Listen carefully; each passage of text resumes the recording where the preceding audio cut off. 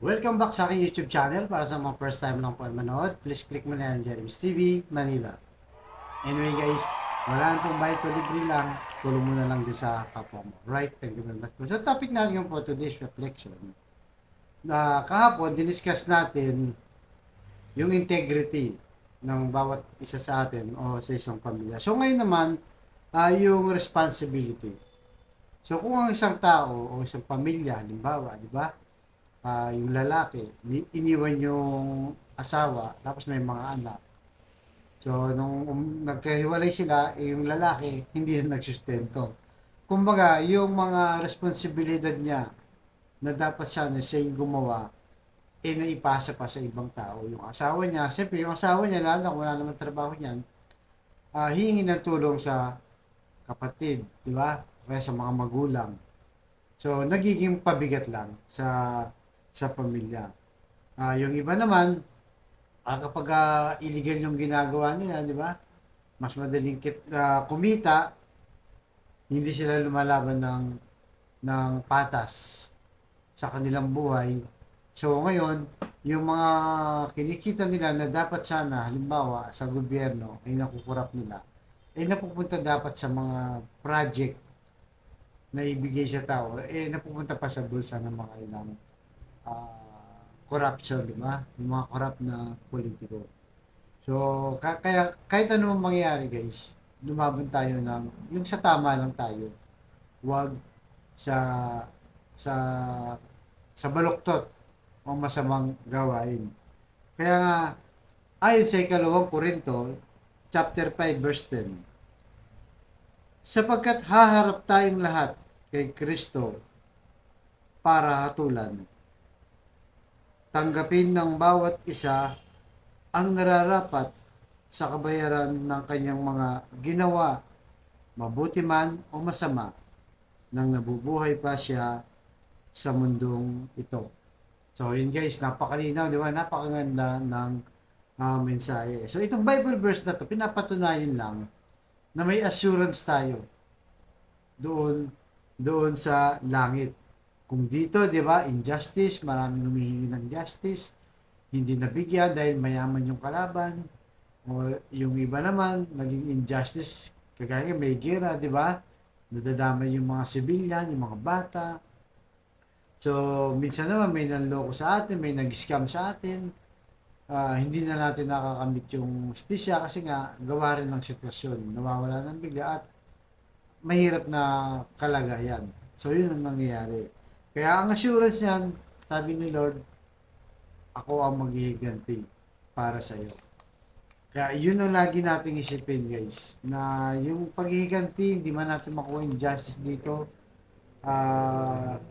dito sa mundo, eh, may nag-aabang dun sa langit na talagang fair, patas, at walang, kumbaga, hindi nakokorap, di ba? Hindi nalalagay, di ba? Hindi kagaya dito, puro under the table tayo.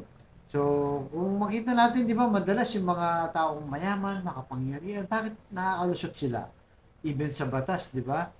Ang batas natin, lalo na dito sa Pilipinas, pag nagnakaw ka ng mangga, dilata, o kung ano pa mang simpleng bagay lang, mga basic lang na pagkain, o kung ano pa mang bagay na hindi naman ganun kamahal, sa porsyento kagad yung ang punta at nakukulong kagad. Pero bakit pag mayaman, di ba? Lalo sa mga politiko, million-million na ako, minsan billion pa. Pero hindi sila nakukulong. Hanggang ngayon, malaya pa rin sila. So, kapag ganun guys, ayahan lang natin ang Diyos ng bahala dyan sa kanila. Kasi nga, importante dyan, mananatili tayong mabuti, patas, at walang naagarabyadong tao. Yung mamuhay lang ng simple guys, di ba? Hindi naman tayo masyadong mayaman, hindi rin mahirap. Yung tama lang, importante yung tinatrabaho natin ay pinagpapaguran natin para sa ating mga pamilya. Hindi kagaya ng iba nga, marami nga silang pera kung galing naman sa illegal na bagay, di ba? So, galing din sa masama. Hindi rin maganda kasi nga harap tayo, di ba? Sabi nga din sa Bible verse na binasa natin, haharap ang bawat isa sa atin kung ano man ang ginawa mo, lalo na kung masama ang ginawa mo, ay talagang may kabayaran. So, kung may free will tayo guys, di ba? Mayroon tayong free will. Sa ngayon, sa lahat tayong nabubuhay dito sa mundo, meron tayong free will. Kung anong gusto mong gawin, pwede. Kung gusto mo doon sa mabuti, pwede. Di ba? Wala namang magbabawal sa'yo. Kung gusto mo sa masama, pwede rin. Wala namang nagbabawal sa'yo. Pero ang isang hindi mo pwedeng gawin, ay yung wala ka ng choice. Dahil hindi mo na kayang kontrolin yung paghatol ng Diyos. Di ba? Hindi na yung, hindi mo na yung free choice. Choice ni Lord John dahil nga, siya na yung hahatol. Siya na yung magja-judge sa ating lahat. Kaya kung, sa tingin mo, na maraming gumagawa ng masama, parang ikaw na lang hindi gumagawa, di ba? Karamihan, magkukorap na, karamihan, gumagawa ng hindi maganda. So, huwag natin tularan. Hayaan lang natin sila. Kasi haharap nga tayo sa Diyos. So, hindi man tayo perfecto, guys. Lagi na sinasabi ko sa inyo, hindi rin tayo banal. Sikapin natin na laging sa tama tayo magdesisyon sa ating buhay. Dahil ang pangako ng ating Panginoon Jesus, di ba? Lahat tayo hahatulan. Haharap sa Diyos. Kaya gaano man karaming kayamanin mo, gaano man kalakas ang power mo dito sa mundo, kahit singkunduling wala kang madadala dyan sa langit, at hahatulan pa tayong lahat ayon sa ating mga ginawa. So tayo po'y manalangin. Panginoon Diyos, maraming salamat po sa paalalang ito. Na minsan Lord, nakakalimutan namin na may judgment darating yung araw. At yung gusto lang namin, yung free will namin, lagi namin ginagamit para sa aming sarili lamang. Para sa amin, kaka-enjoy sa buhay. Tulungan niyo po kami Lord na maalala na hindi lang dito sa mundo kami nabubuhay Lord.